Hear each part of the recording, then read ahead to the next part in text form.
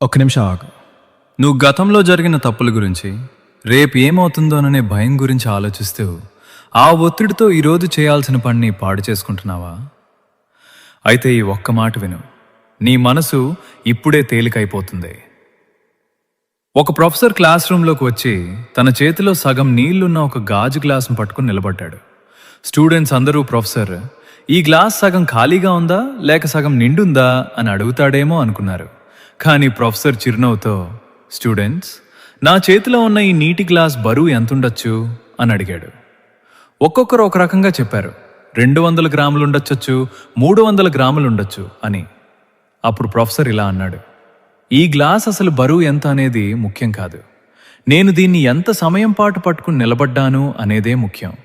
దీన్ని 1 నిమిషం పట్టుకుంటే ఏమీ అనిపించదు.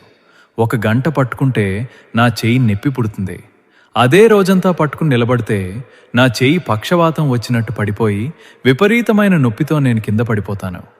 నీటి గ్లాస్ బరువు మారలేదు, కానీ సమయం పెరిగే కొద్దీ దాని బరువు మోయలేనిదిగా మారింది.